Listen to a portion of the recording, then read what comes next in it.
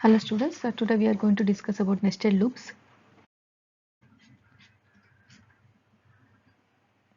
Lecture level learning outcome. After completion of this lecture, you will be able to solve the recursive problems using nested loop conditions.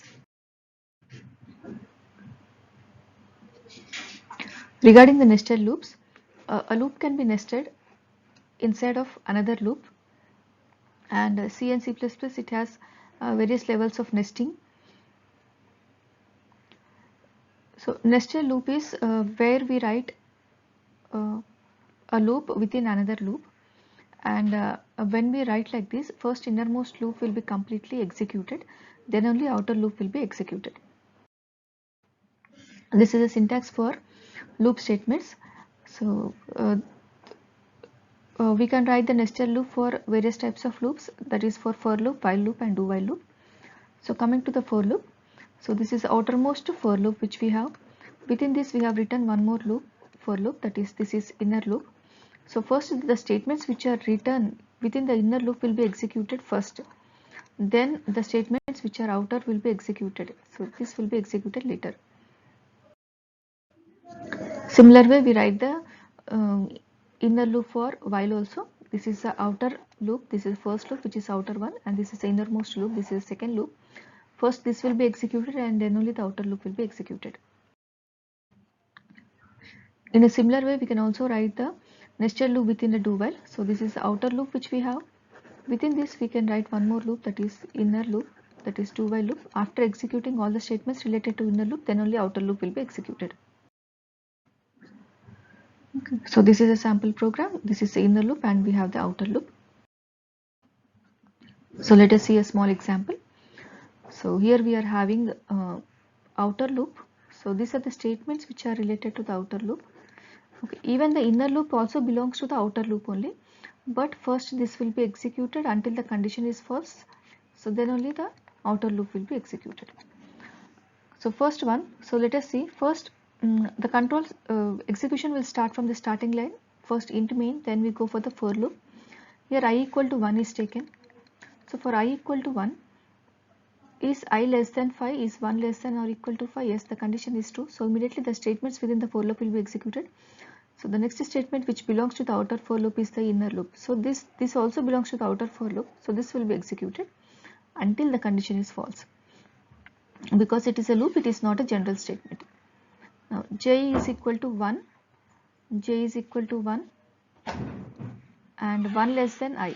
So here j is equal to 1 and 1 less than equal to I, that is 1. So it is true. So what happens here, we are giving print j. So j is, this is j and this is I, j is 1, so 1 is printed. Then again after this the control moves to increment and decrement option in the for loop. Now j is 2 now. Now j is 2, again condition is checked, is 2 less than or equal to 1, condition is failing, so nothing will be printed, printf will not be executed and control will be out of the for loop. And then after this it continues to the statements within the for loop. We have printf %n, which means now the cursor will move to the next line. After 1 it does not print anything, the cursor will move to the next line. So here initial output for the first iteration of the inner loop is 1 and the cursor will be waiting in the next line here. So this is the output for our first iteration for I equal to 1. Now for I equal to 2. Okay, so this is for I equal to 1 iteration.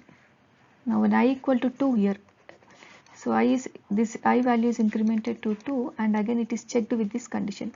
Is 2 less than 5? Yes, it is true. So again this condition, it comes to the for loop. Now again j will be starting with 1. It won't start with 2 because this is again a new loop. Again this has to be executed from starting. J equal to 1 is 1 less than or equal to I. Now I is 2. Yes, it is true. So it will print j value. J value is 1. So it is going to print 1. Okay, so already 1 is there. Here it is going to print 1 in the second line. Then again j plus plus, j is incremented to 2. 2 is less than 2. Yes, then 2 will be printed beside this. Then again I is incremented to 3. Is 3 less than or equal to 2? Condition is false. So nothing will be printed after 2. Then control comes back here, it is /n. Then cursor will be waiting in the next line. So the output for the I equal to 2 is 1 2, that's all, and cursor will be waiting for the next line. So up till now, for I equal to 1 and 2, our output is this one, these two. Then again control is to the outer loop. Now I equal to 3 now. 1 and 2 already completed. Now I equal to 3. Like this, every time the condition until j less than or equal to I, until j equal to this particular I value, it will be incremented. In the third loop, j will be incrementing 3 values, that is j less than or equal to 3 is there. So 3 numbers will be printed. Similarly, fourth time it will be incremented, it will be executing 4 times. Since the condition is j less than or equal to y, that is until j value is less than or equal to y, that is 4. That is 4 less than or equal to 4, j value will be printed. So that is 4. Similarly for last line. So this will be the pattern of output for this particular program. So try to solve this, students. This is a small exercise. Take 2 minutes of time and try to solve and find out what is the output for this program. Now instead of j we have taken I here. Same program. Try to find out what is the answer. Pause your video and solve this problem.